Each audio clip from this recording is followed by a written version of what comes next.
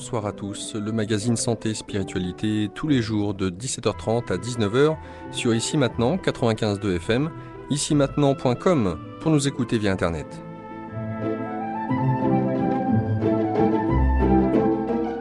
Merci à Laurent pour cette présentation. Le magazine Santé et Spiritualité, comme chaque jour, de 17h30 à 19h. Alexandre avec vous pour accompagner donc celle qui va animer cette émission Santé et Spiritualité. Il s'agit de Sandrine Félix. Sandrine Félix, bonsoir. Bonsoir. Bienvenue sur notre antenne. Sandrine Félix, on va réaliser une émission ensemble, une émission d'1h30, mais vous donnerez aussi une conférence, un atelier conférence dans les locaux de la radio ce soir. Alors je le précise, l'ouverture des portes est à 19h45, à 20h début de l'atelier conférence, un petit peu plus tard pour les retardataires, on est conscient des soucis des transports en commun, et cela durera normalement jusqu'à 22h30. Le métro, c'est la Motte Piquet-Grenelle ou Duplex. Que se passe-t-il lors de ces ateliers, conférences et lors de ces rencontres, et de quoi souhaitez-vous parler avec les intervenants qui viendront ce soir ? Eh bien, bonsoir à tous les auditeurs. Pour commencer, les ateliers, c'est l'opportunité de se rencontrer et c'est également l'opportunité de pouvoir tester les outils. Et là, nous allons parler du Shutsu. Donc, le Shutsu, c'est une technique ancestrale, millénaire, qui date de plus de 5000 ans et qui va avoir un axe, principalement au niveau palmaire et plantaire. Shu veut dire main et Zu veut dire pied en chinois. Voilà. Vous allez donc initier en quelque sorte à quelques manipulations liées au Shutsu et montrer à nos auditeurs ce que ça représente, parce que même si on est sur une culture et sur un accompagnement asiatique, on pense souvent que ça prend du temps, que c'est un traitement dans le temps. En fait, c'est une action très rapide que procure le Shutsu. Effectivement, puisque le Shutsu est une méthode d'autorégulation énergétique instantanée, qui est tout à fait à portée de main. Et le propre de cet outil, c'est que c'est un outil qui est accessible à tous. Donc on peut l'utiliser justement pour toute la petite bobologie et on n'est pas sur des organes vitaux, on ne fait pas de traitement proprement dit, on travaille au niveau mécanique et au niveau énergétique. Bien évidemment, le fait d'avoir une action sur cet axe va pouvoir nous donner immédiatement un résultat au niveau principalement du ressenti lié à la douleur, lié au blocage, et lié au blocage des flux énergétiques en l'occurrence. Et nous parlerons justement tout à l'heure plus précisément de cette bobologie dont vous venez de parler, de cet accompagnement qu'apporte le Shutsu. Et puis nos auditeurs seront bien sûr invités à partir de 18h à intervenir pour vous poser toutes leurs questions sur le Shutsu, sur la main, sur les origines du Shutsu, bref, tout ce qui les aura intéressés et toutes les questions que j'aurais oublié de poser pour cette émission Santé et Spiritualité. Alors, Sandrine Félix, avant de parler du Shutsu à proprement parler, il y a, et je fais de belles répétitions, il y a des personnes qui aujourd'hui vous découvrent, et je vais vous demander de vous présenter en quelques mots et de nous expliquer comment est-ce que vous êtes arrivé à cette technique, quel chemin de vie amène au Shutsu. Eh bien, comme tout un chacun, je pense que c'est l'expérience en fait. Le fait d'avoir une douleur, d'avoir un blocage, souvent on cherche une réponse. Et c'est principalement cet aspect-là des choses qui m'a guidée vers cet outil qui est vraiment un outil fabuleux, qui permet très facilement de pouvoir agir sur soi, puis agir sur les autres, principalement sur les enfants aussi. Souvent, quand on a des enfants à la maison qui ont des petits maux de tête, des petites douleurs au niveau du ventre, des petits problèmes de transit, des soucis lorsqu'ils sont un petit peu trop agités, on a des petites réponses comme ça qui sont intéressantes de pouvoir connaître et de pouvoir utiliser instantanément pour avoir un ressenti et pouvoir solutionner ce type de problématique. Vous-même étiez déjà intéressé par ce type de technique avant de découvrir le Shutsu, par d'autres techniques ou ce type-là ou d'autres. C'était déjà votre secteur ou vous aviez un autre métier auparavant ? Oh, j'ai eu plusieurs parties de vie, comme plusieurs d'entre nous. Et en fait, je suis venue au Shutsu comme aux autres techniques du reste, par l'expérience de la douleur, comme je le précisais juste avant. Mais en ce qui me concerne, j'ai eu un accident qui a été assez difficile à dépasser, en ce sens que j'ai dû avoir les besoins de la médecine d'urgence, qui est l'opération l'opération, puisque c'était un problème d'accident au niveau du genou. Donc j'avais très très très mal et ça s'est pas très bien passé, donc ça a nécessité plusieurs interventions. Et au bout de la troisième intervention, moi je ne savais pas comment gérer cette douleur, comment gérer ce problème de mobilité, cet handicap. Et je me suis retournée vers toutes les techniques qui pouvaient exister. Dans un premier temps, j'ai beaucoup été intéressée par déjà la relaxation. Donc ça a été quelque chose qui me tenait à cœur pour pouvoir installer de nouveau le calme et la cohérence cardiaque au niveau du corps. C'est quelque chose de fondamental qui permet de pouvoir avoir accès de nouveau à cette gestion de soi et qui permet, lorsqu'on est beaucoup plus calme, d'être enclin à pouvoir agir sur ce qui nous pose problème. Et donc, par le fait, j'ai suivi un cursus avec le docteur Hubert en sophrologie.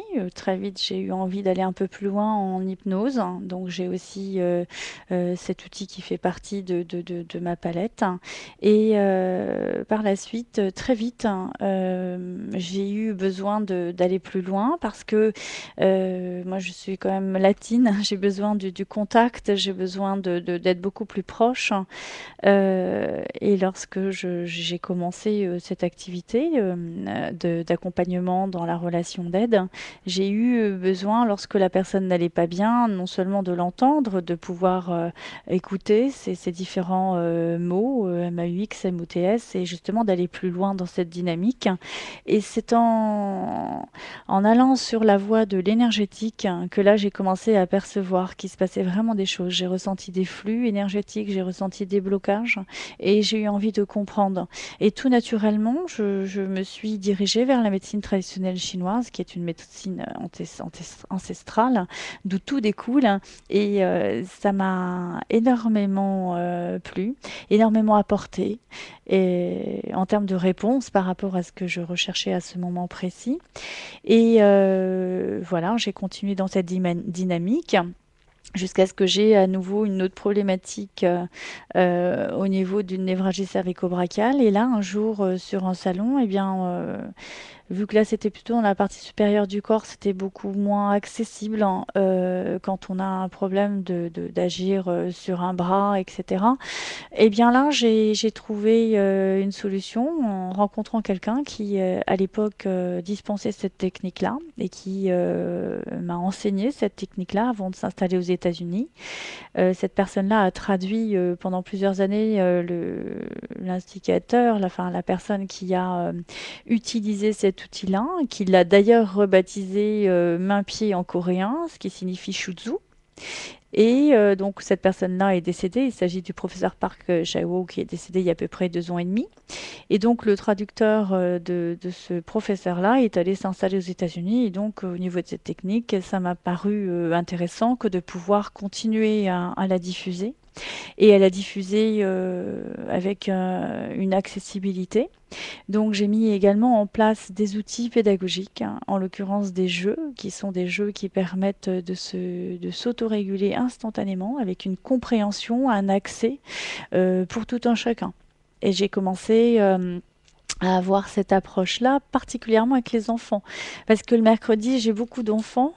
Et donc, lorsque je leur faisais des soins avec cet outil, eh bien, j'ai été stupéfaite de les entendre me décrire les trajets des méridiens, de me parler des organes que j'étais en train de réguler.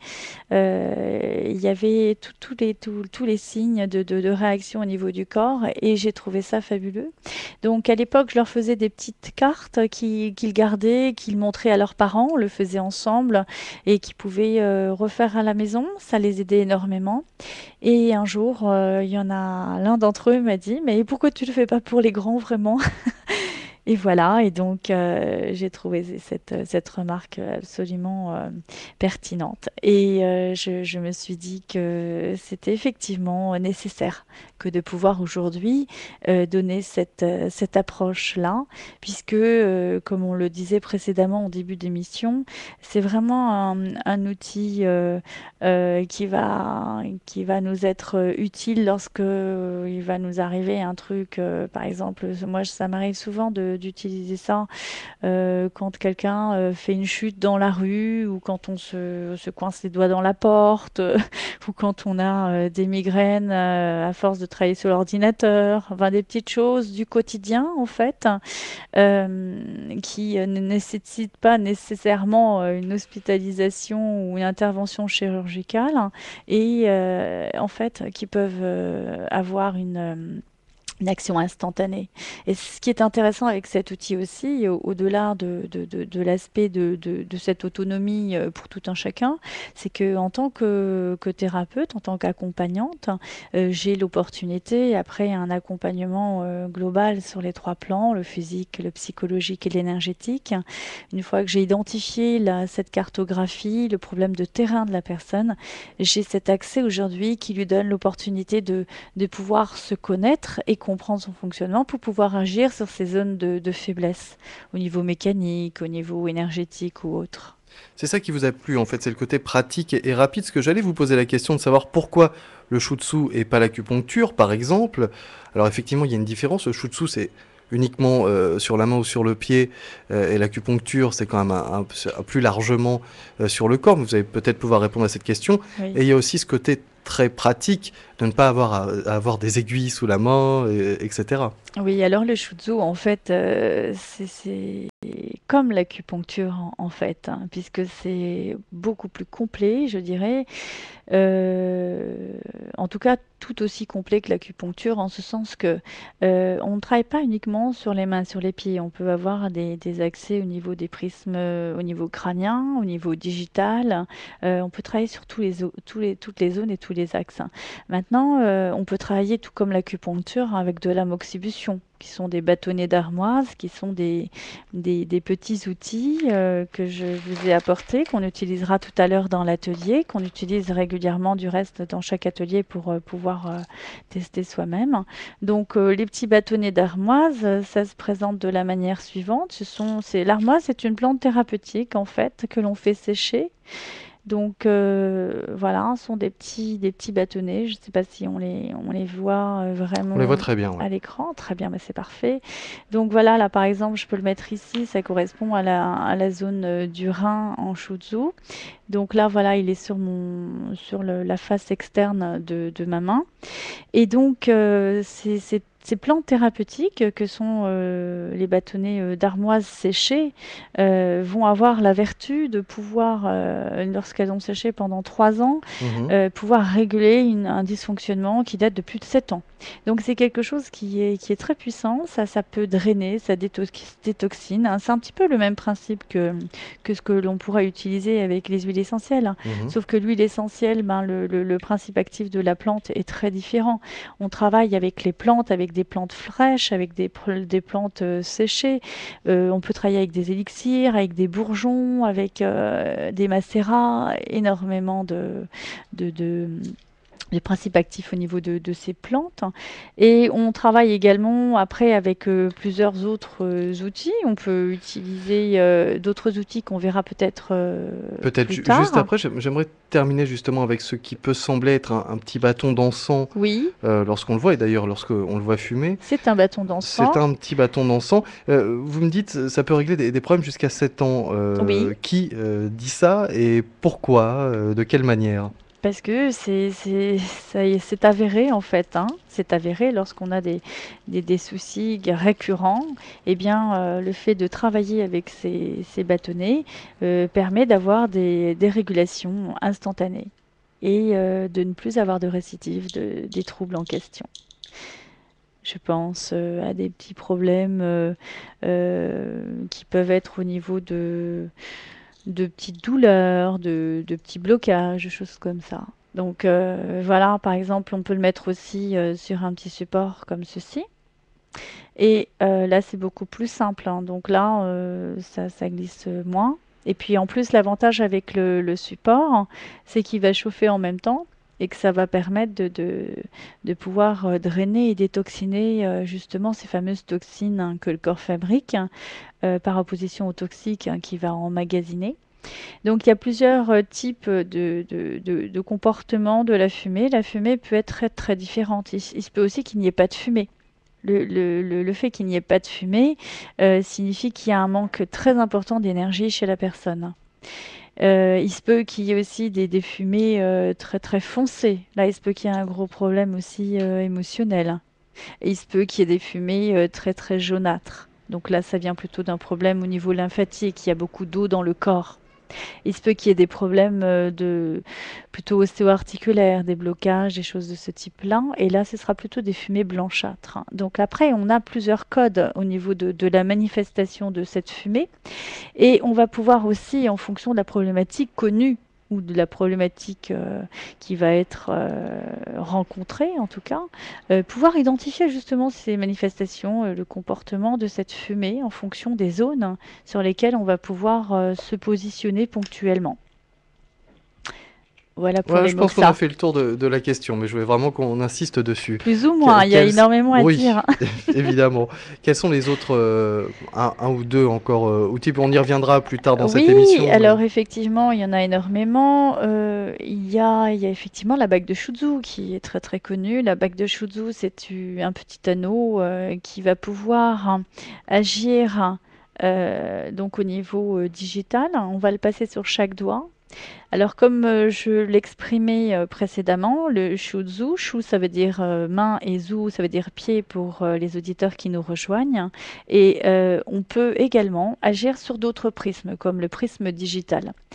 Et là, en fait, on peut identifier pour les personnes qui auront la webcam que lorsque l'on masse au niveau digital, donc au niveau des doigts bien sûr, eh bien, on va avoir des petits points qui vont stimuler en fait la lymphe, le sang, tout naturellement, ce qui est tout à fait évident, hein, lorsqu'on active comme ça ces zones. On peut avoir le même effet avec des petits rouleaux que l'on utilise aussi pour stimuler les pieds, par exemple, hein. Justement, je pense beaucoup aux personnes qui travaillent beaucoup assises, beaucoup sur ordinateur, qui vont avoir des problématiques de retour veineux, de gonflement, etc.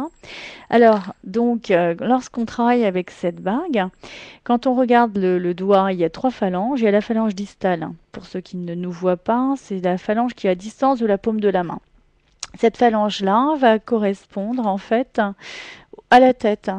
Et c'est tout ce qui correspond en fait aux organes des sens. Donc on va pouvoir agir aussi sur les yeux. Quelqu'un qui a des problèmes de migraine ophtalmique, les yeux qui piquent, les yeux qui brûlent, des problèmes de sécheresse oculaire, des gènes en fait, on va pouvoir agir de cette manière-là. Alors voilà, là c'est peut-être un petit peu plus gros, c'est peut-être un peu mieux. Donc sur ce petit schéma, on peut voir effectivement cet axe-là. Pareil, pour stimuler, on a beaucoup de problèmes avec l'audition. Donc, il y a de plus en plus de problèmes de gens qui souffrent d'acouphènes. Donc, les problèmes d'audition ont énormément de causes. Ils sont très, très, très difficiles à réguler pour la bonne et simple raison qu'il y a aussi un problème de circulation sanguine.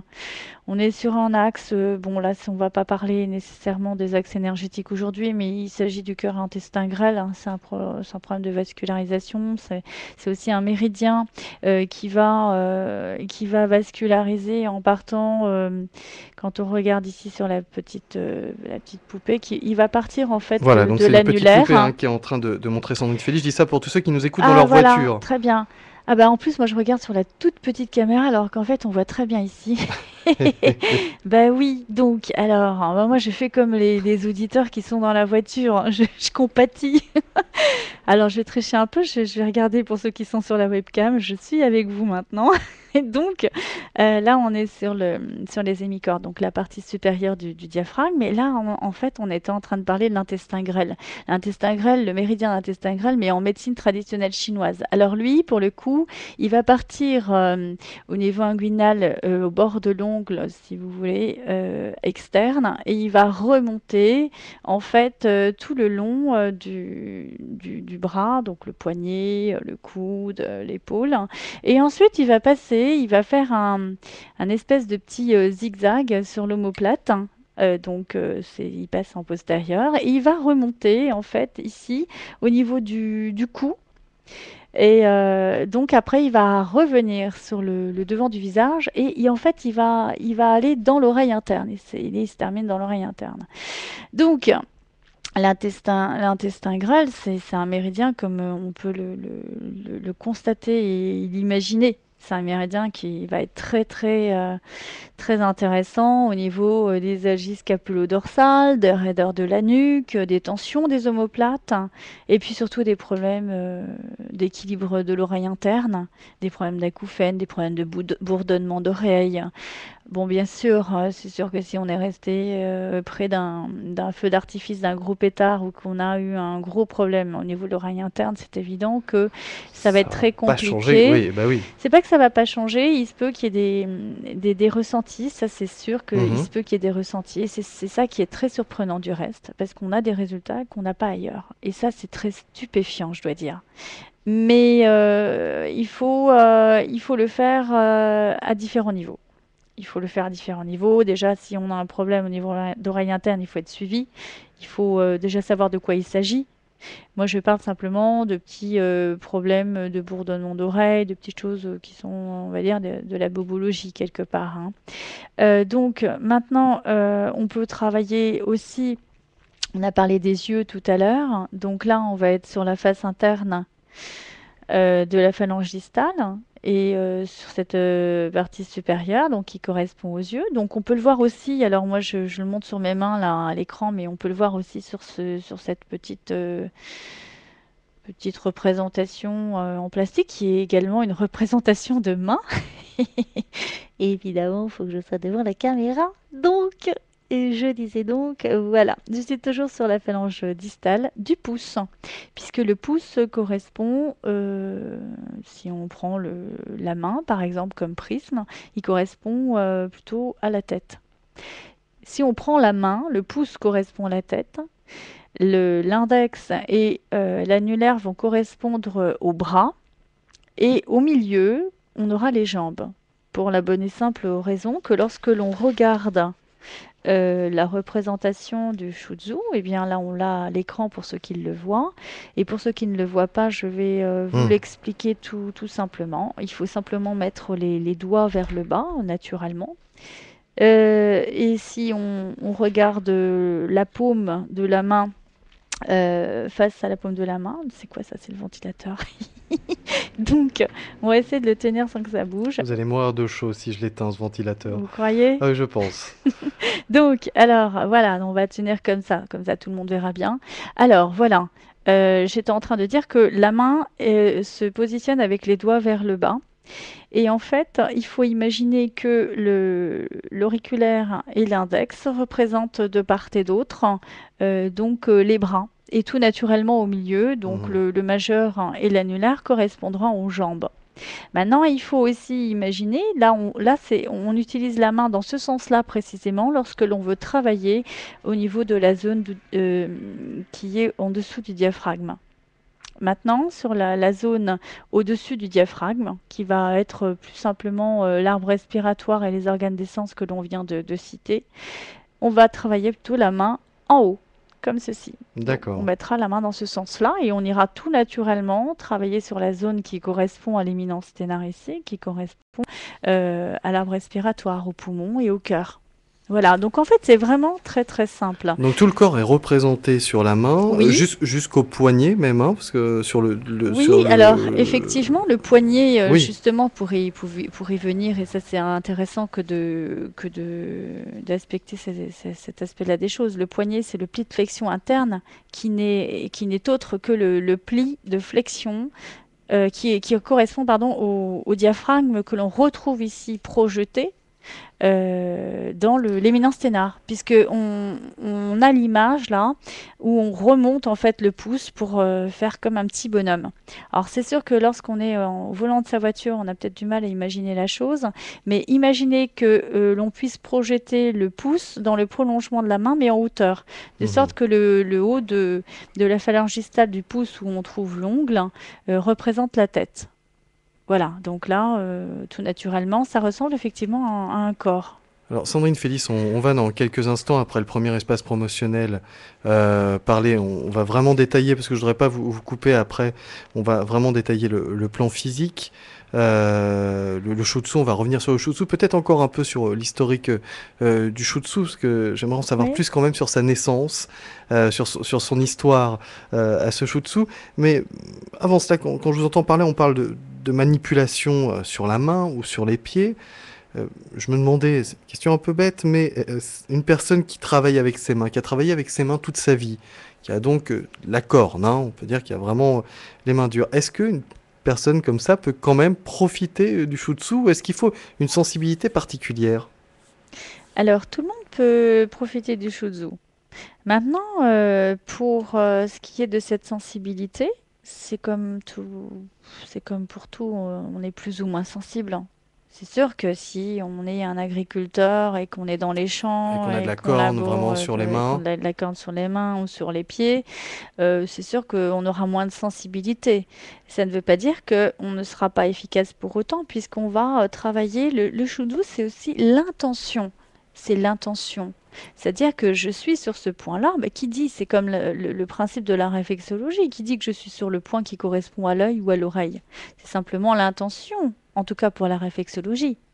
Par contre, la différence justement, et c'est intéressant justement d'y venir, hein, la différence entre la réflexologie et le shutsu, eh bien, c'est que le shutsu, on est sur la résonance au niveau du système nerveux central.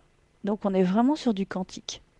Donc, contrairement à ce qu'on imagine, le quantique qui pourrait s'apparenter à la médecine du dernier millénaire et la médecine traditionnelle chinoise sont des médecines ancestrales. Tout est quantique. Tout a toujours été quantique et tout l'est et tout le sera tout le temps. Et donc on est sur du quantique et on est sur la médecine traditionnelle chinoise, mais sur la médecine quantique également. Donc en fait, on peut aussi être dans l'énergétique avec le shutsu, c'est-à-dire que c'est Ah tout à fait, mais l'intention, on peut poser, ah ben, imagine, d'accord. le shutsu, c'est de l'énergétique à l'état pur. Donc là, de toute façon, moi j'ai articulé ce concept-là et les cours que je donne au CERS, justement, on en parlera ultérieurement. Et les jeux, justement, les jeux que je propose pour la rentrée seront des jeux qui s'articulent sur la pyramide spatiale de l'être et les accès. Le premier accès, c'est tout ce qui a trait aux mécaniques, physiques, fonctionnelles, organiques. Donc c'est la régulation de ces flux. Et le deuxième niveau correspond justement à l'énergétique, hein, au méridien. Donc là, on a les méridiens en MTC, on a les méridiens biol, on a tous les types de méridiens qui peuvent exister, les méridiens articulaires, etc. Le troisième niveau correspond au chakra. Le chakra, ça veut dire roue en sanskrit. Ce sont toutes les zones énergétiques du corps qu'on va retrouver plutôt au niveau central, hein, duquel vont s'exprimer les méridiens. Donc, les méridiens étant bilatéraux, on va les retrouver des deux côtés et les centres énergétiques des chakras, on va les retrouver au milieu. Pareil pour les mains, on va les retrouver dans le prisme holographique au niveau de la main, au niveau du pied, au niveau du doigt aussi, hein. Voilà. Et ensuite, le dernier niveau, l'avant-dernier, je devrais dire même, c'est le mental. Donc le mental, là, c'est pareil, il y a un jeu. Donc là où on en a beaucoup parlé de ce jeu du mental, c'est tout ce qui est méditation en fait, hein. C'est curieusement, c'est le premier que j'ai fait. C'est aussi le premier axe qui m'a séduit, puisque quand j'ai fait de la sophrologie, je travaillais beaucoup sur le mental, sur le psychique, etc. Et le dernier, ça a été le premier, en fait, le mécanique, le rééquilibrage énergétique en 5 étapes. Et puis les 2 autres, ça va être les méridiens et les chakras. Voilà. Et il y a également un éphéméride code qui sort également chez à la rentrée pour les méditations énergétiques. Et tout ça, ça sera en septembre. On aura Voilà. évidemment Au l'occasion Salon Zen, justement. d'en reparler longuement. Vous écoutez l'émission Santé et Spiritualité, animée aujourd'hui par Sandrine Félix, et nous ouvrons immédiatement le premier espace promotionnel de cette émission.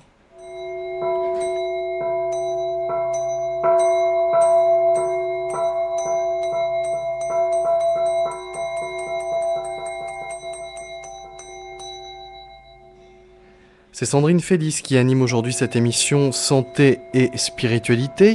Pour la joindre, un numéro de téléphone, c'est le 06 60 58 39 77. Je répète, 06 60 58 39 77, ainsi qu'un site internet.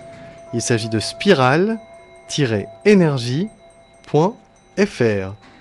spiral-énergie.fr. Et puis notez que si vous appelez de la part de Radio Ici et Maintenant, un bilan énergétique vous sera offert.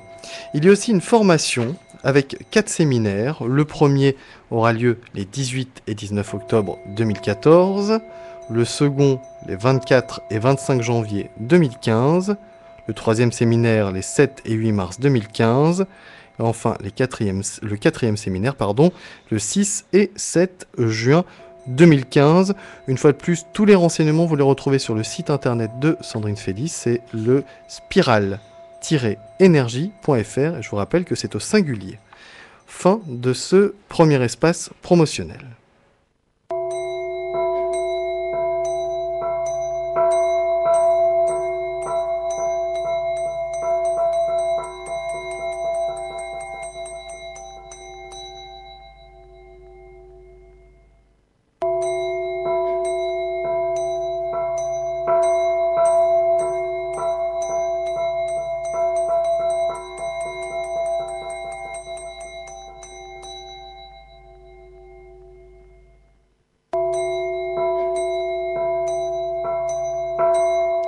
Et nous reprenons le cours de cette émission Santé et Spiritualité en compagnie de Sandrine Félix qui anime aujourd'hui cette émission et qui vous proposera tout à l'heure un atelier conférence dans les locaux de la radio. Je vous précise que le standard est maintenant ouvert et que vous pouvez poser vos questions à Sandrine Félix. Questions sur le Shutsu, questions sur l'énergie, questions sur la pratique, bref, tout ce que vous n'avez pas compris, tout ce que j'ai oublié de demander, vous serez les bienvenus 08 92 23 95 20 pour poser vos questions. Alors, Sandrine Félix, avant qu'on ne passe, je voulais parler un peu de l'histoire du Shutsu, parce que moi, ça m'intéresse, l'histoire de tous ces types d'accompagnement assez extraordinaires.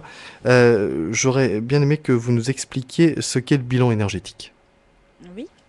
Alors, pour revenir déjà au Shutsu et au bilan énergétique, il y a deux aspects là des choses. Donc le Shutsu, c'est une méthode ancestrale qui s'enseignait de maître à disciple, hein, et donc il n'y a pas eu beaucoup d'écrits en fait. C'est un outil qui a beaucoup été utilisé pour soulager les maux, pour aider dans l'accompagnement, beaucoup aux États-Unis, beaucoup en Corée, beaucoup au Japon, un peu partout. Et en fait, c'est revenu il y a quelques années, comme je l'ai expliqué précédemment, parce que les Coréens y ont trouvé beaucoup d'intérêt et ils ont eu une meilleure diffusion, on va dire, peut-être commerciale. En tout cas, ils ont su mieux en parler. Et donc, tout naturellement, ils l'ont baptisé dans leur langue il y a à peu près 25 ans. Donc, ils l'ont appelé main-pied en coréen. Et en fait, donc cette technique-là est très intéressante parce que l'on peut aussi faire des bilans énergétiques. On peut voir en fonction des différents blocages au niveau de la main, du pied ou du doigt, les blocages qui peuvent être positionnés localement dans le corps.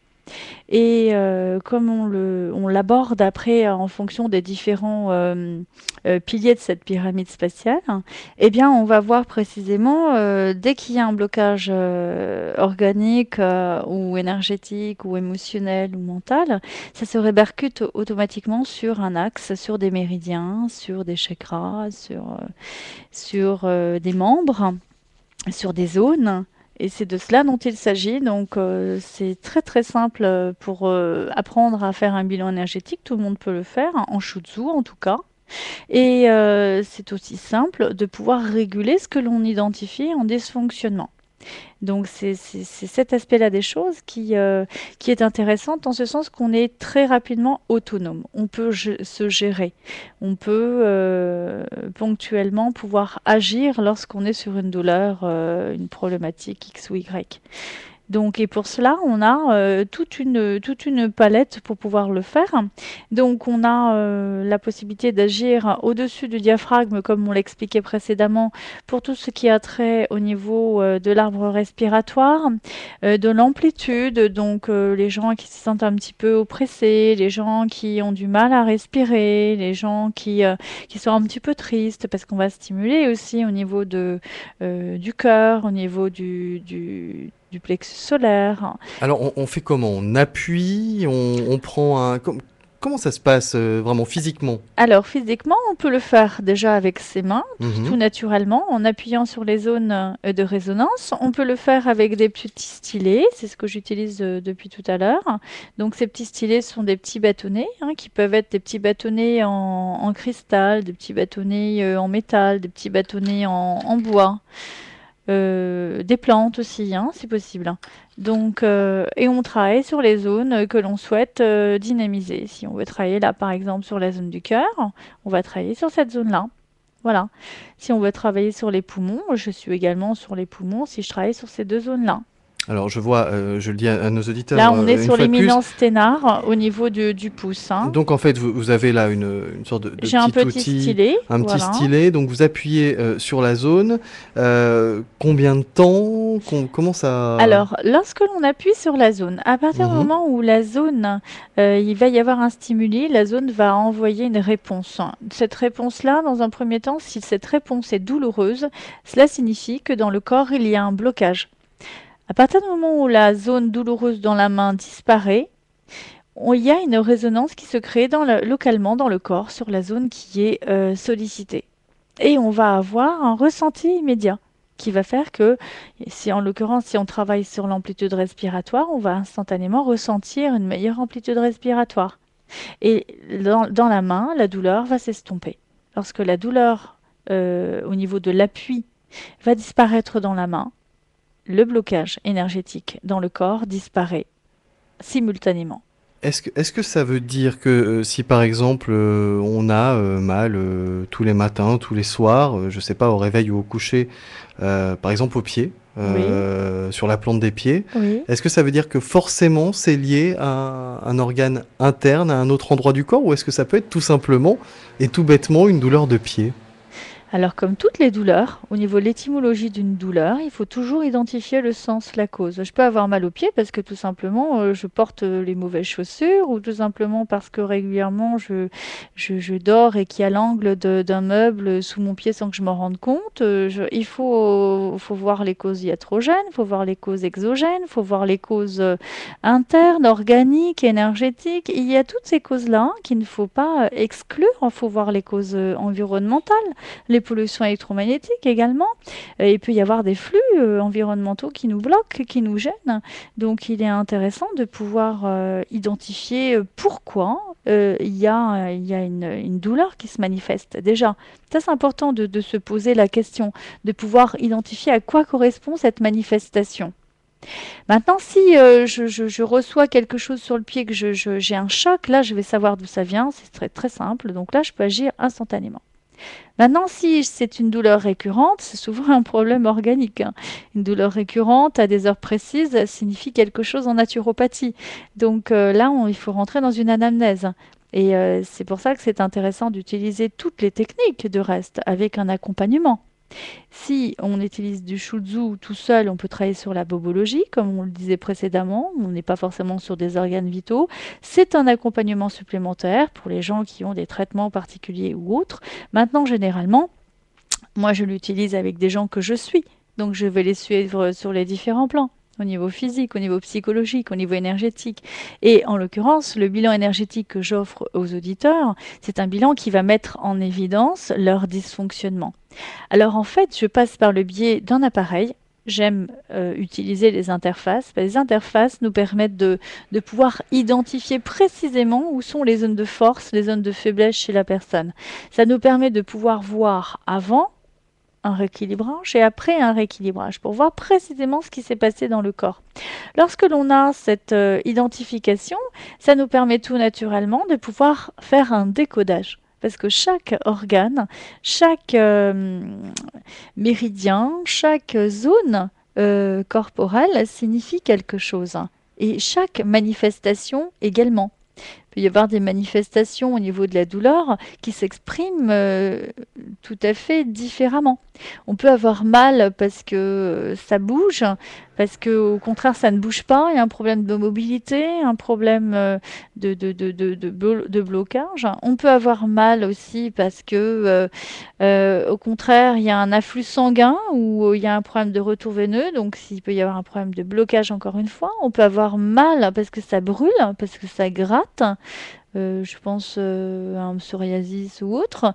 On peut avoir mal parce que c'est enflé, parce qu'il y a des tuméfactions, voilà, blocage d'eau dans le corps avec inflammation, avec infection. On peut avoir mal parce que il y a un problème de sécheresse.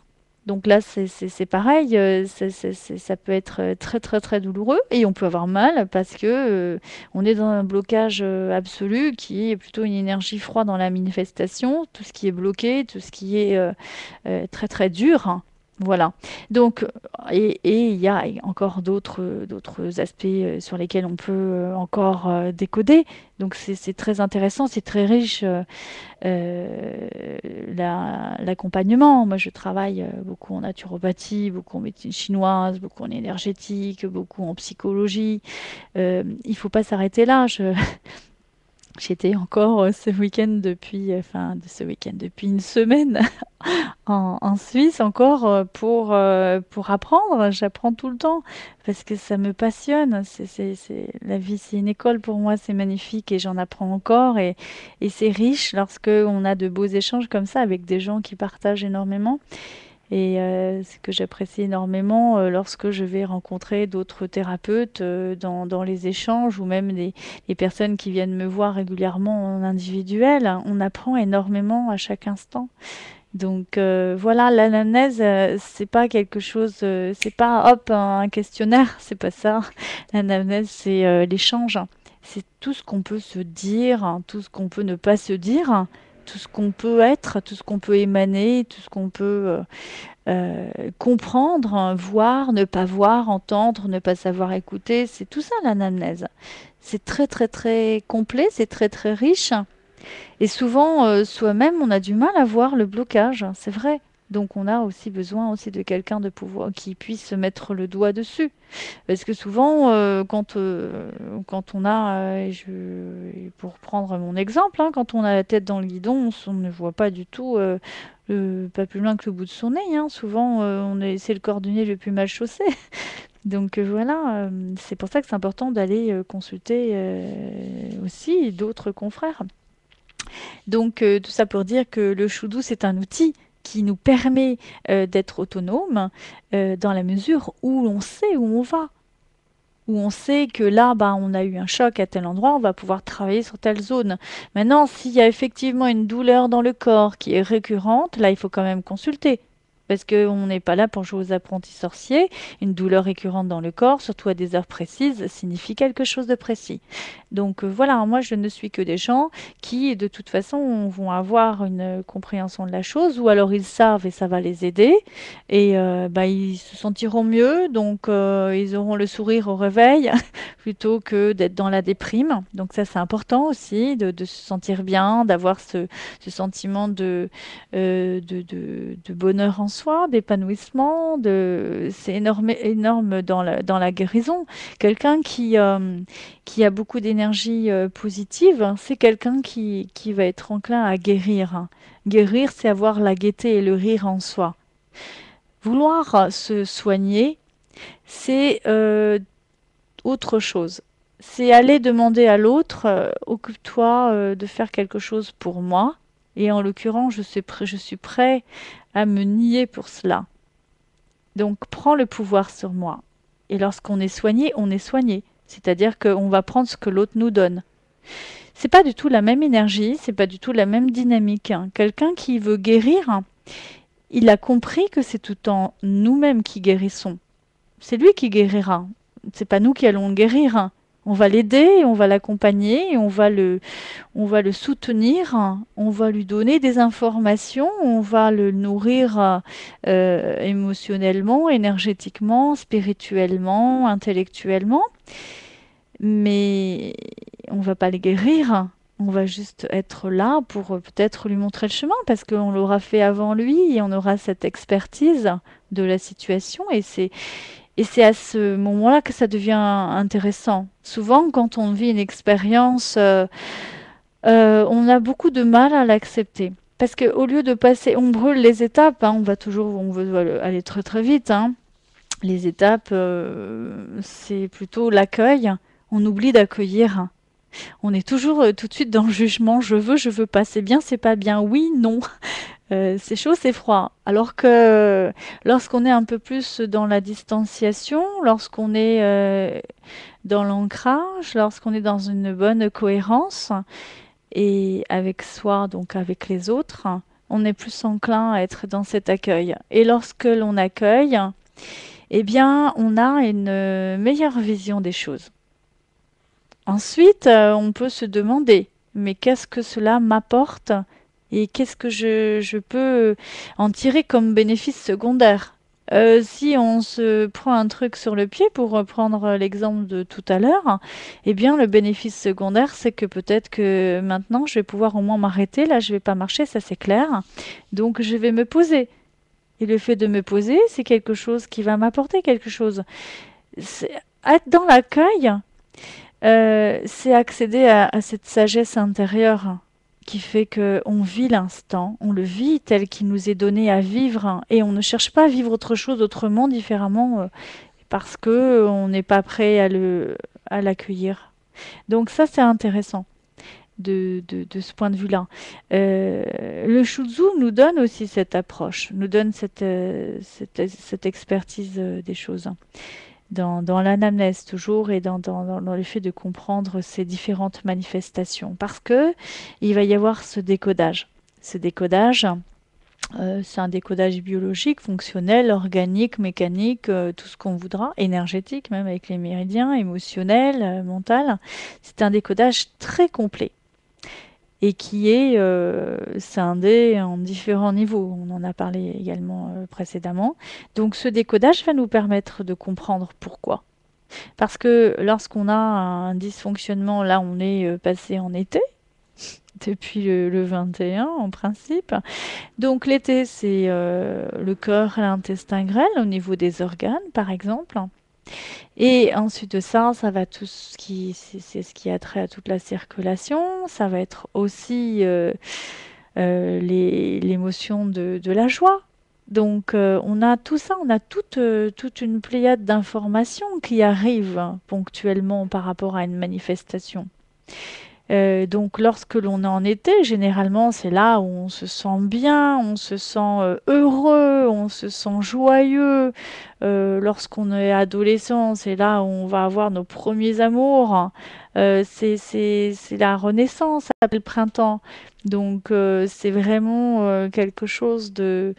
on a énormément de lumière, donc on se sent beaucoup mieux, il y a plus de dopamine, tous les neurotransmetteurs sont au taquet, on a l'énergie, on a la force, on a la puissance, on a l'envie, on a le désir, on a tout ça. Donc ça c'est intéressant. C'est sûr qu'après, quand on est dans des phases plus de déclin, où on revient plutôt sur l'hiver, où il y a moins d'ensoleillement, où on est plus enfermé, on est moins à l'extérieur, eh bien, il va se passer d'autres manifestations dans le corps. On va être beaucoup plus dans ce ressenti, on va plus comme les animaux qui hivernent, ils vont être plus retournés sur eux-mêmes, donc beaucoup plus sensibles aux manifestations du corps. C'est souvent l'hiver où on a plus de douleur. Est-ce qu'on est obligé d'utiliser cette technique, quand je dis obligé, c'est-à-dire est-ce qu'on doit l'utiliser uniquement lorsqu'on a un mal ou des maux, les maux de tête, autres petits soucis, ou est-ce qu'on peut aussi l'utiliser euh, comme moyen préventif de circulation énergétique dans le corps? C'est-à-dire le Oui. faire toute l'année en quelque sorte, pour que le corps reste équilibré, qu'il y ait une bonne circulation de l'énergie. Eh bien, Alexandre, c'est une excellente question et je vous remercie de me l'avoir posée. Oui, pourquoi? Parce que justement, le fameux jeu de rééquilibrage Mhm. énergétique dont je parlais précédemment, qui correspond au jeu du niveau 1 sur le mécanique.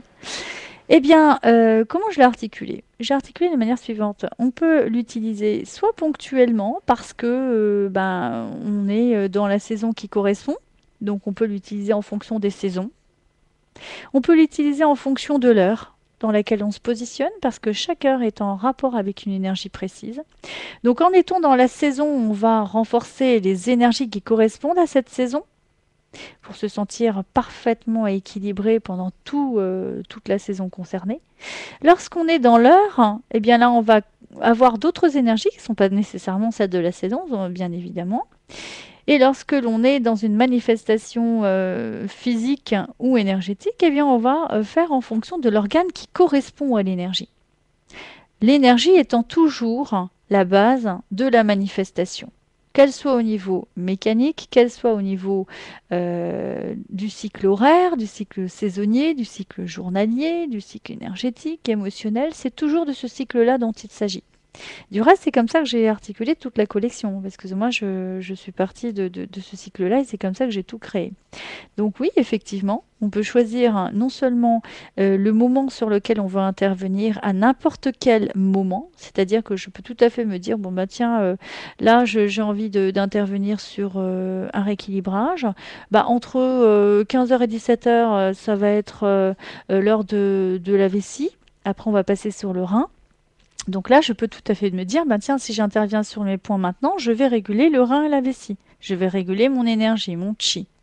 Et puis je peux me dire aussi, ben tiens, maintenant on est rentré dans la saison de l'été, donc je vais faire le cœur et l'intestin grêle, ça correspond à l'énergie de l'été. Donc là, je vais renforcer toutes les énergies qui correspondent non seulement aux organes du cœur et de l'intestin grêle, dans leur fonction organique, mais aussi dans leur énergie en ce sens que les méridiens, comme on l'a vu précédemment, vont avoir des circulations énergétiques. Donc en renforçant le méridien de l'intestin grêle, je vais renforcer déjà tout ce qui va être au niveau scapulaire, tout ce qui va être tension, raideur de la nuque, etc. Je vais réguler l'équilibre de l'oreille interne. Il y a cet aspect-là des choses.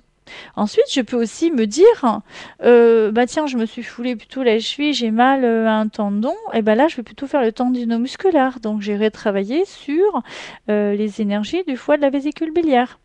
Après, je peux me dire, bon, ben maintenant, j'ai envie de travailler plutôt sur l'émotionnel, ou plutôt sur ceci, plutôt sur cela. Je peux choisir ce que je veux vraiment.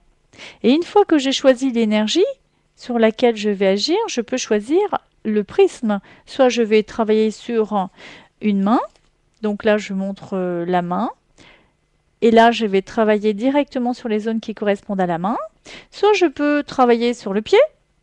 Il y a des gens qui ont des mains dans les plâtres, pour ceux qui ont plus de chance, il y en a qui n'en ont pas, et puis il y en a qui ont des mains d'agriculteurs. Alors des fois c'est peut-être un peu mieux sur les pieds. Voilà, puis il y en a qui marchent beaucoup pieds nus, donc c'est le contraire, il vaut mieux leur faire sur les mains. Et là, par exemple, on peut travailler sur la face yang, donc c'est la face externe par opposition à la face yin qui sera plutôt la face interne. Ici, donc, on travaillera également au niveau digital, comme on l'a vu tout à l'heure. Donc là, en l'occurrence, on est sur le palmaire, mais là, on peut travailler au niveau digital. Voilà, donc je choisis mon axe et je choisis sur quelle dynamique je veux travailler. Puis après, j'ai toutes mes étapes à faire. Ce sont 5 étapes toutes simples sur lesquelles je vais pouvoir articuler mon rééquilibrage. Mais Voilà. alors, quand on y travaille une fois, par exemple, vous dites c'est l'été, donc c'est le pancréas, c'est ça, et le L'été, c'est cœur, intestin, grêle. cœur, intestin, grêle, pardon. Pancréas, c'est plutôt la 5e saison. C'est l'humidité. C'est estomac, pancréas, rate. Mais alors, on fait ça combien de fois? C'est-à-dire que on fait ça tous les jours, on fait ça toutes les semaines, ça se passe comment? Est-ce que on fait ça une fois et puis la vibration est envoyée, la résonance est là et puis c'est bon? Comment ça? Eh bien, Quelle est la fréquence en fait? la fréquence, on peut le faire autant de fois qu'on veut. Ce qui est intéressant, c'est que effectivement, si on veut réguler la saison, on peut le faire une fois. Mhm. Si on veut réguler en fonction du cycle horaire, on va le faire pendant la période du cycle horaire. Donc ce sont des cycles de 2 heures qui vont travailler sur un couple d'organes. Et ensuite de ça, on peut le faire aussi matin, midi, soir. Et là, on a une récurrence. Donc on peut le faire autant de fois que l'on veut. Il n'y a pas de contre-indication. Plus on le fait, mieux c'est, de toute façon. Et puis encore une fois, on n'est pas sur des organes vitaux, donc on est sur des stimulations énergétiques. Et souvent, moi, je le fais dès que j'ai 2 minutes, hein, quand je suis en train d'attendre dans une salle d'attente ou voilà, quand j'ai rien à faire, ce qui est rare. Mais quand j'ai la possibilité d'utiliser ma bague, je le fais le plus souvent possible, hein. Mais alors, là, on parle d'agir lorsque on a des maux, par exemple un mal de tête. Oui. Est-ce qu'on peut aussi agir pour créer un événement? Je veux parler, par exemple, du fait d'avoir de l'énergie Oui, ou le fait de vouloir dormir. C'est aussi possible. Et dans ce cas-là, exactement. mais dans ce cas-là, c'est plus le même plan parce qu'on travaille pas sur un organe, on travaille sur Oui. une sensation. On est d'accord, mais je l'ai Mhm. dit à plusieurs reprises, on peut agir sur tous les plans. C'est ça l'avantage du Shutsu. Je peux effectivement décider de pouvoir réénergétiser mon corps, puisqu'il s'agit d'une méthode quantique et énergétique, hein. Oui, tout à fait. Et je peux aussi décider d'abaisser la lumière pour augmenter l'obscurité au niveau de l'énergie. Quand je veux dormir, j'ai tendance plutôt à fermer les volets, à me mettre dans l'obscurité. Donc, pour trouver le sommeil, il faut se mettre beaucoup plus dans le noir. Et donc, voilà, je peux travailler ça. Et je peux travailler sur les doigts pour ajouter au niveau des doigts, c'est pareil, il va y avoir d'autres outils qui sortent à la rentrée, on en a parlé, au niveau des différentes énergies. Et on expliquera justement comment travailler sur le sommeil, travailler sur l'énergie, travailler sur la fatigue, travailler sur tout ce qui peut aujourd'hui nous poser problème au quotidien, en fait. C'est des petits soucis quotidiens de tout un chacun. Voilà. Le plan physique, c'est le point de départ du Shutsu. Ça amène aussi aux autres plans. On Oui. va pas tous les détailler ça, mais j'aimerais bien quand même dans quelques instants, juste après le second espace Tout à promotionnel, on dise quelques mots de l'énergétique, de l'émotionnel et du mental Oui. pour bien comprendre ce qu'induit le physique. Mais ça va être dans quelques instants. Nous ouvrons le second espace promotionnel de cette émission Santé et Spiritualité.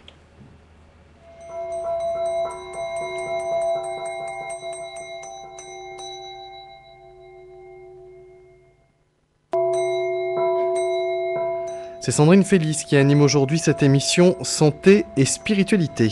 Pour la joindre, un numéro de téléphone, le 06 60 58 39 77. Je répète, 06 60 58 39 77.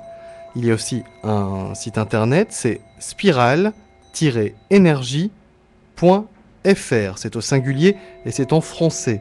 spiral-énergie.fr. Et notez que si vous êtes auditeur de Radio Ici et Maintenant, un bilan énergétique vous sera offert. Et puis il y a ces formations dont nous parlions tout à l'heure, formation 4 dates, un premier séminaire qui aura lieu le 18 et 19 octobre 2014, un autre qui aura lieu, ce deuxième séminaire, le 24 et 25 janvier 2015, le troisième séminaire, ce sera le 7 et 8 mars 2015, et le 4e séminaire les 6 et 7 juin 2015. Toutes ces informations, vous les retrouvez sur le site de Sandrine Félis qui est spirale-énergie.fr. Et puis il y a aussi un salon qui aura lieu à la rentrée, un très gros salon, c'est le Salon Zen. Vous y serez présente, Sandrine Félis, pour donner des conférences, pour faire des ateliers? Oui, tout à fait. Donc, je serai présente sur le stand de l'éditeur, donc Etche, ça s'écrit ECCE. Et Mhm. en fait, je ferai des démonstrations sur son stand et je serai également présente pour le premier jour d'ouverture et le jour de clôture. Le premier jour d'ouverture, ce sera le 2 à 18h pour un atelier conférence et le 6 à 18h pour un atelier pratique sur les jeux et les outils pédagogiques. Les dates, vous les rappelez? Donc le 2 octobre à 18h pour la conférence Mhm. et le 6 octobre à 18h pour l'atelier pratique. Ce Salon sera au Zen. Salon Zen et ce sera à la rentrée, fin de ce second espace promotionnel.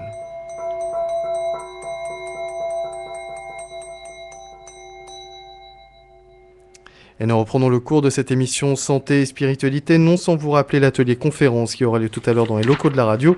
Ouverture des portes à 19h45 avec Sandrine Félis, ça sera jusqu'à 22h30. Sandrine Félis, nous passons donc maintenant aux autres plans, aux autres modules. On a fait le plan physique surtout, il faut quand même dire un mot des 3 autres plans, plan énergétique, plan émotionnel et plan mental. Ça fait un très gros programme pour une petite demi-heure, mais je vais vous demander de commencer par le plan qui vous paraît le plus abordable pour comprendre la suite du Shutsu. Oui, On alors, commence par lequel? Logiquement par le plan énergétique ou vous préférez aller vers un autre plan au début? ah non, non, non, non, moi je vais le faire chronologiquement. Chronologiquement. Et oui, donc tout naturellement, on commence par le plan physique, ce que l'on a largement détaillé, puisque c'est la base de la pyramide spatiale de l'être. Ensuite, donc ce plan physique, donc pour résumer, ça va être les organes, les fonctions, les systèmes, tout ce qui va être au niveau des membres supérieurs, inférieurs, etc. Ensuite, le deuxième niveau, ça va être l'énergétique. Donc là, on va travailler sur tout ce qui correspond aux méridiens.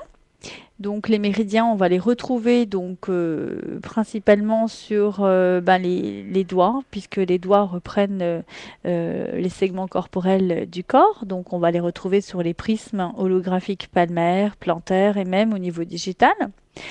Et ensuite de ça, le troisième niveau de cette pyramide correspond aux chakras. Donc les chakras, donc on va les retrouver toujours pareil au niveau palmaire, au niveau plantaire et au niveau digital. Voilà. Donc comment on agit sur ces plans? Eh bien au niveau énergétique, on va pouvoir agir après, comme on l'expliquait précédemment, avec des petits outils qui permettent, comme la bague, de restimuler tous les points qui correspondent aux points qui se situent sur les méridiens, sur chaque doigt. Ensuite, on va pouvoir utiliser des petits stylets pour travailler dans le sens de circulation des méridiens. Donc les méridiens vont avoir un sens de circulation énergétique. Pour ce qui est des méridiens yang et des méridiens yin, vous avez des méridiens qui vont plutôt être descendants et les yin qui vont plutôt remonter. Donc il va y avoir des méridiens qui sont sur la face, d'autres qui sont sur la face interne, d'autres sur la face externe. Donc en fonction du trajet de circulation de ces méridiens, on va pouvoir soit les tonifier, soit les disperser et on va pouvoir agir ponctuellement sur certains points. Des points de régulation énergétique qui pourraient être les mêmes points que les points de régulation en médecine traditionnelle chinoise. Pour ce qui est des chakras, les chakras, c'est les zones énergétiques qui sont plutôt au niveau du centre du corps, qui vont reprendre ces fameux liens avec les méridiens et avec tout le système nerveux central. Et bien là, on va travailler également en opposition avec les chakras. Donc là, c'est encore tout un aspect qui permet de réguler l'émotionnel, cet aspect-là des choses, en travaillant beaucoup avec les couleurs. Avec la lumière, on va avoir encore d'autres outils qui vont nous permettre d'accéder à cet aspect-là des choses. Et ensuite, le niveau mental, on va plus travailler avec des méditations, des mudras, des mantras, des outils qui vont nous permettre encore une fois d'avoir une autre autonomie qui va nous ouvrir sur l'aspect spirituel, si je puis dire. Une plus grande ouverture. Donc là, on va avoir des petites méditations journalières qui sont en fonction des énergies que l'on a choisies. Et on a également des méditations qui vont être sur l'essence de la personne, sur ce vers quoi elle tend, sur qui elle est profondément. Donc si ça peut intéresser les auditeurs, on peut choisir une carte en fonction de l'essence et de l'énergie. Et puis je peux leur expliquer en fait vers quelle dynamique ils se positionnent et comment on peut réguler tout ça. 08 92 23 95 20 pour poser votre question à Sandrine Félix. Ces questions sur cela, mais questions aussi sur toute autre chose concernant le Shutsu. Vous êtes les bienvenus. Il vous reste une vingtaine de minutes en gros pour intervenir. 08 92 23 95 20. Sandrine Félix, vous nous parliez à l'instant de méditation. Est-ce que la visualisation suffit ou est-ce que le physique, le toucher, reste capital dans le Shutsu ? Est-ce que si j'imagine que je touche un point, cela peut suffire par la force, justement, par ma volonté ? Oui. Ou est-ce que appuyer avec un stylet sur un point bien précis reste obligatoire ?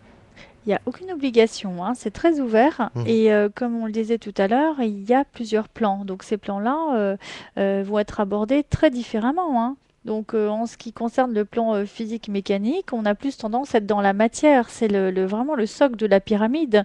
Donc c'est tout ce qui va être plutôt dans le fonctionnel, dans le mécanique, dans l'organique, dans le palmaire, le plantaire, le digital. On est vraiment sur le corps.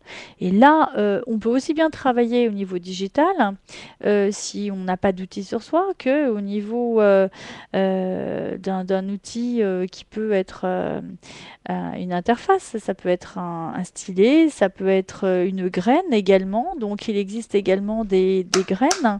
Chaque graine va avoir de par... Alors vous entendez la mallette s'ouvrir là. Voilà, donc ça c'est la mallette. Et ça ce sont les graines. Alors les graines, alors on va peut-être refermer la mallette parce que si on l'ouvre on ne pourra pas voir. Là on les voit bien ces graines. Et là, elle risque pas de se renverser. Donc, en fait, chaque graine va avoir une particularité, hein, puisque ça correspond, comme aux huiles essentielles, il y a le totem de la plante dans la graine qui est non exprimé, donc c'est très très puissant. Donc, on va avoir, en fonction de la couleur, de la forme, de la texture, elle est plus ou moins dure, elle est plus ou moins ronde, elle est plus ou moins pointue, et elle va avoir une vertu. Chaque graine va avoir une fonction, une vertu, un rôle précis qu'on va pouvoir utiliser en positionnant cette graine sur la zone que l'on veut traiter. Vous voyez, par exemple, une graine de haricot comme celle que je tiens dans ma main, ça a plutôt une forme de rein.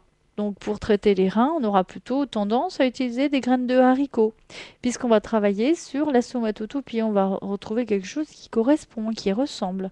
Donc ça, c'est intéressant de cet aspect-là des choses. On va pouvoir aussi utiliser des huiles essentielles, on va pouvoir utiliser des élixirs, des bourgeons, des macérats, tout ce que l'on veut, des aimants.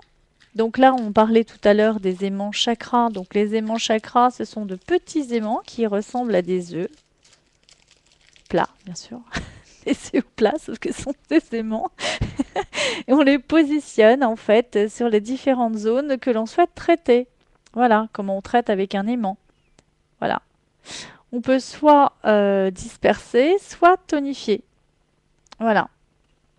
Alors, ça dépend de ce que l'on utilise en fait. Si on utilise l'aimant qui est au-dessus ou l'aimant au-dessous. Donc là, en l'occurrence, lorsqu'on casse un œuf, il se disperse dans la poêle. Voilà le truc mémotechnique. C'est-à-dire que là, on disperse en mettant le jaune au centre. Maintenant, si on met le jaune à l'extérieur, eh bien là, on va tonifier. Bien évidemment, au niveau des chakras, on va les avoir aussi bien sur la zone interne à la face yin que la face externe à la face yang. D'accord ? Donc, du coup, on va travailler sur 2 aimants, comme vous l'aurez compris. Et comme les chakras se font opposition au niveau énergétique, on va travailler aussi par opposition en fonction des énergies. Et si on travaille sur les chakras, pour garder cet exemple, on aura plutôt tendance à utiliser la couleur, la lumière, les aimants chakras. Et puis, on va avoir encore d'autres choses à faire sur les chakras, puisqu'on travaillera sur l'émotionnel. Donc, on aura des mudras, des mantras, des méditations. Enfin, il y a pas mal de choses à faire après sur l'émotionnel et sur l'énergétique. On peut mélanger tous les axes, tous les outils sur tous les prismes que l'on a choisis.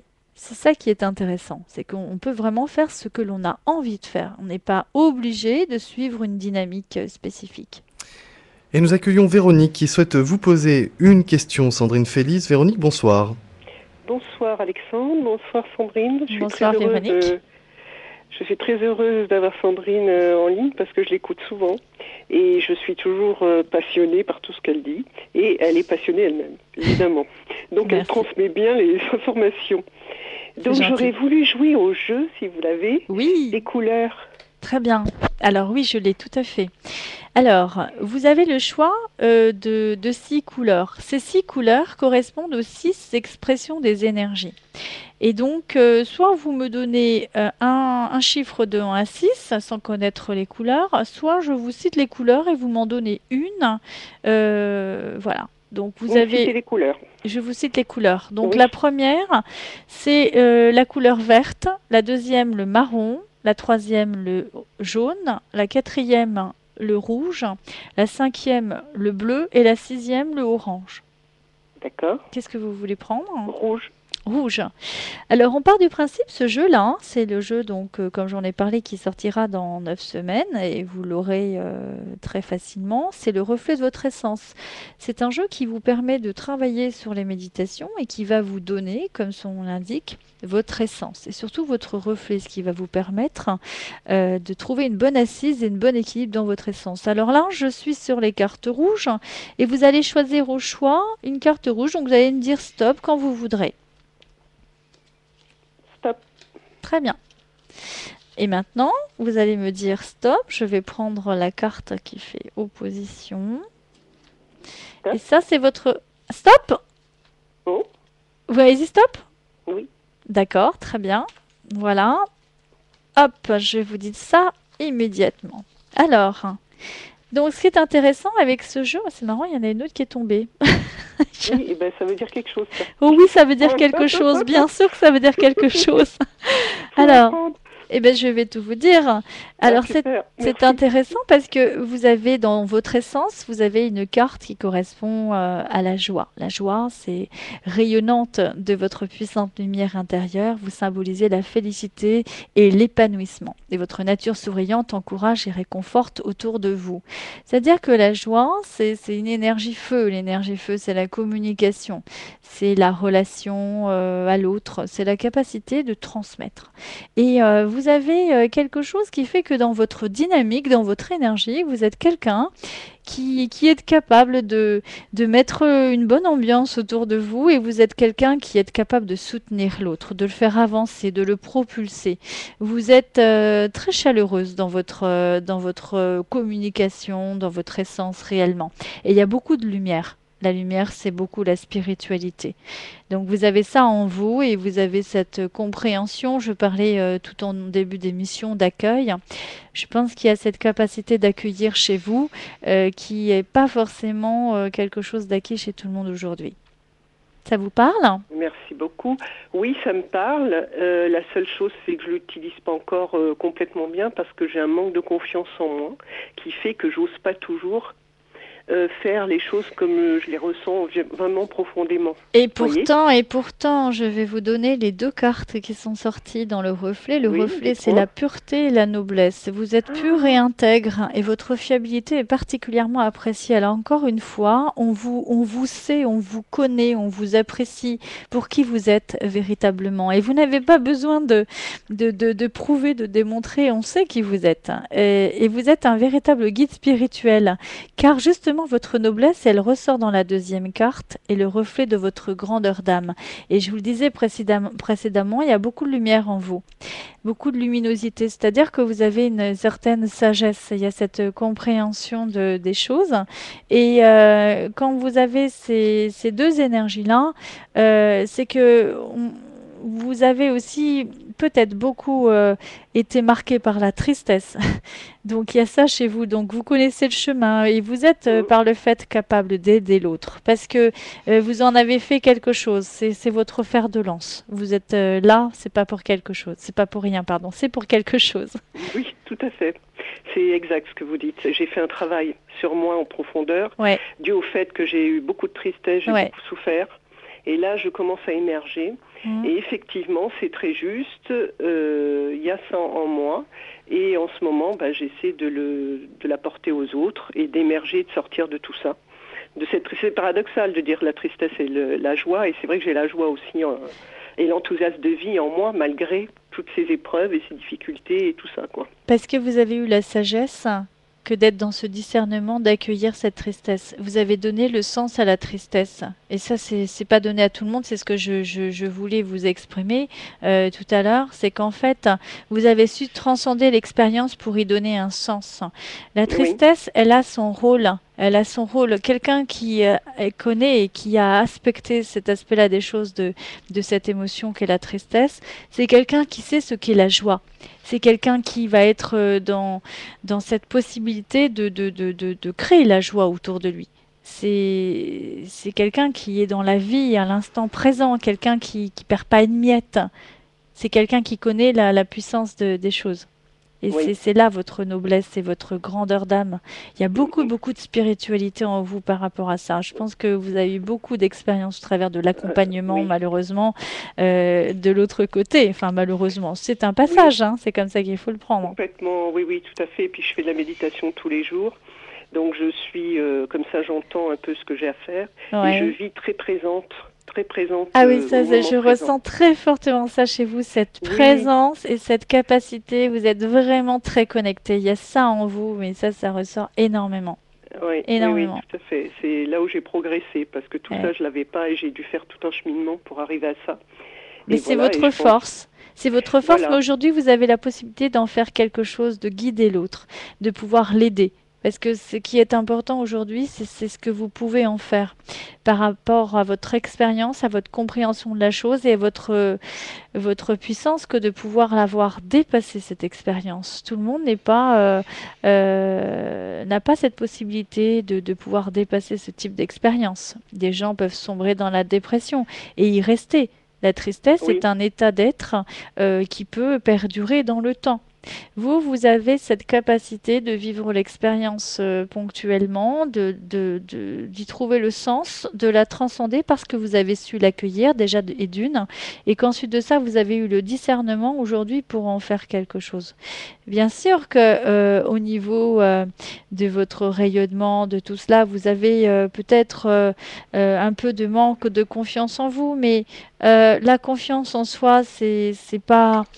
C'est très relatif. Hein. Ce qui compte, c'est de savoir qui vous êtes. Qui vous êtes, et ça, c'est largement suffisant. Ça, c'est vrai, de savoir non seulement qui on est, mais de l'accepter. Parce que moi, j'ai du mal à accepter, par exemple, que j'étais quelqu'un de très sensible, et en fait, je jouais la forte et la dure, et maintenant, je l'accepte, et c'est beaucoup mieux pour mes relations avec les autres, où j'entends autre chose. Qu'on me dit même.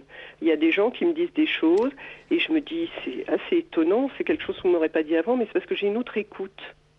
Donc il se passe des choses magiques en fait. Mais la vie c'est de la magie. La vie c'est absolument magique. C'est parce qu'aujourd'hui vous avez su justement décoder cela. Et ça c'est important. Il faut dépasser en fait cette carapace. C'est vraiment la carapace, la force. On n'est pas obligé d'être fort. On peut accepter d'être faible. La faiblesse et la force font partie de l'être. Hein. Ça fait partie du Tao au niveau des énergies. C'est le yin et le yang. On n'est pas que forte et que faible. On est un peu les deux et c'est ça qui fait notre richesse. C'est ça qui fait qu'on a cette capacité de s'ouvrir à l'autre. En étant dans la faiblesse, on peut aussi être très très très fermé parce que on est dans un rôle de victime. En étant uniquement dans la force, on peut être très très fermé parce que justement on ne s'ouvre pas au niveau de ses émotions. Avoir compris cela, c'est une très très grande sagesse, c'est une grande force du reste. Donc c'est tout à votre honneur. Il y a un beau cheminement chez vous. Et je vous en remercie, Sandrine. Je vous en prie. Et puis, merci pour ces propos élogieux. Et puis, aussi, je veux dire, merveilleux. J'ai l'impression d'un seul coup d'avoir été propulsée en hauteur, là. Eh bien, très prochainement, vous aurez accès à ces outils qui, justement, sont des outils... Oui, ce sera des jeux que tout le monde pourra acquérir. Ça, j'adore. Et il y aura même un éphéméride journalier en fonction des énergies. Chaque jour, vous pourrez méditer. Et ça vous portera, ça vous vraiment propulsera pour la journée au moins. Et chemin faisant, vu qu'il y a une méditation par jour, vous vous sentirez vraiment de mieux en mieux. Bonne soirée. Ça me parle, hein. Bonne soirée, Véronique. Bonne soirée, Véronique. Merci, Sandrine. À très bientôt sur les ondes. Merci beaucoup, Véronique. Au revoir, Véronique. Bonne soirée. Merci. Au revoir. Et il nous reste quelques minutes à passer ensemble. Sandrine Félix, je voulais savoir si dans vos techniques, dans la boîte à outils que vous utilisez, il y avait aussi les pierres, parce que vous nous parlez des graines. Bien sûr. Il y a aussi l'énergétique liée aux pierres? Ah oui, il y a tout au niveau des pierres. Ah oui, c'était pas dans la manette, c'était dans un sac, c'est ça? Ça, c'est dans ma petite trousse d'urgence qui est toujours sur moi. J'en ai là aussi, voilà. Donc, sachez que quand Sandrine Félix passe à la radio, débrouillez-vous pour avoir accès au site internet de la radio pour voir tout ce qu'elle présente. Ou alors venez nous voir à l'atelier. Venez à l'atelier. Et vous verrez, on s'amuse énormément. Alors, qu'est-ce que vous allez nous montrer là? À la caméra, on voit quoi? Ce sont des pierres précieuses et semi-précieuses, vous voyez, que l'on peut utiliser en fait sur les chakras. On utilise ces pierres-là, je ne sais pas si on les voit. Si, on les voit bien. Quelle est la différence d'énergie entre ces pierres et les graines que vous montriez tout à l'heure? Alors, les pierres et les graines, la particularité d'une graine, c'est qu'elle va apporter une information dans un premier temps et ensuite elle va se charger. Cette graine, avoir cette particularité lorsqu'on la positionne localement, de pouvoir soit gonfler, et là, elle va absorber toutes les toxines qui vont être évacuées par le corps et les toxiques également, dont on parlait précédemment, soit disparaître. Elle va devenir comme de la poudre, toute sèche. Et le lendemain matin, généralement, on utilise des graines pendant 24 heures pour avoir un effet, une action vraiment profonde. Eh bien, souvent, les personnes me disent « Mais j'ai cherché la graine partout, il restait le sparadrap, mais il n'y avait plus la graine, c'était de la poudre. Et c'était de la couleur de la graine. » Souvent, c'est le cas. Donc ça dépend, elle a vraiment un rôle cette graine. D'ailleurs, une fois qu'on a utilisé cette graine, moi j'ai pour habitude de la remercier, de la remettre en terre. Elle ne redonnera plus jamais rien parce qu'elle a joué son rôle, mais je la remercie et je la mets en terre. Et voilà. Et donc ensuite, la différence avec les cristaux, c'est quelque chose qui est très très très particulier. Il y a 3 règnes. Il y a le règne minéral, le règne végétal, le règne animal. Nous faisons partie du règne animal. Donc on va métaboliser le règne végétal. Le règne végétal, lorsqu'on va passer par l'alimentation en naturopathie, ça ne sert à rien de prendre des minéraux qu'on ne peut pas métaboliser. Donc on va les prendre, ces minéraux-là, par le règne végétal qui a métabolisé ce premier règne minéral par la photosynthèse, par la lumière.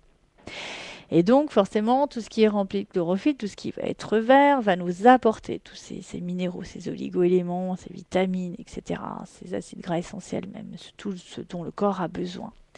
Maintenant, lorsque l'on va prendre directement le cristal, la pierre, eh bien là, on a une autre information. On a une information ancestrale, on a une information qui est informée elle-même. Elle n'a pas du tout le même axe. Il y a de la lumière, mais cette lumière, elle est condensée. Elle est vraiment très très présente. Et cette lumière-là, elle va plus rentrer au niveau du soin que l'on va effectuer. Elle va rentrer par rapport à son prisme.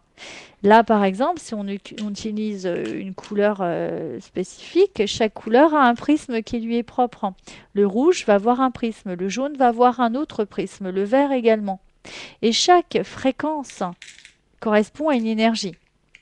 Et chaque énergie va avoir un rôle spécifique dans ce que l'on va faire. Je disais précédemment, on peut utiliser la graine par rapport à sa couleur. C'est une partie de la couleur qui va agir. c'est une partie de sa forme, c'est une partie de sa texture, si elle est dure ou si elle est molle. Et c'est une grande partie, c'est la fonction majeure de son rôle en tant que totem qui va capter et qui ensuite qui va apporter. Parce que le rôle de la graine, c'est d'apporter. La graine, c'est ce qui se transforme, c'est ce qui mute, c'est ce qui transmute. C'est nous. Nous sommes aussi un grand mutant.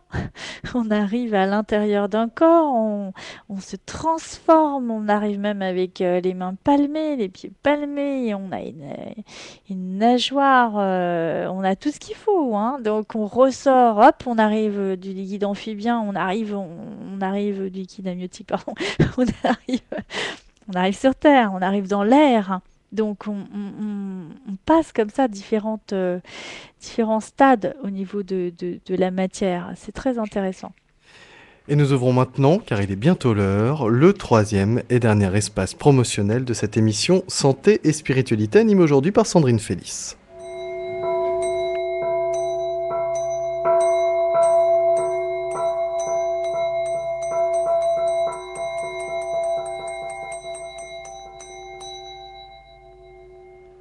C'est Sandrine Félix qui a animé aujourd'hui cette émission Santé et Spiritualité. Elle a un site internet, il s'agit de spiral-énergie.fr. Je vous précise que c'est en français et que c'est au singulier, c'est spiral-énergie.fr. Il y a aussi un numéro de téléphone, le 06 60 58 39 77. 06 60 58 39 77. Un bilan énergétique vous est offert si vous appelez de la part de Radio Ici et Maintenant. Notez maintenant des formations, 4 dates pour des formations, 4 séminaires plus précisément. Le premier séminaire aura lieu les 18 et 19 octobre 2014. Le second les 24 et 25 janvier 2015. Le troisième séminaire le 7 et 8 mars 2015. Et puis le quatrième séminaire, lui, aura lieu les 6 et 7 juin 2015.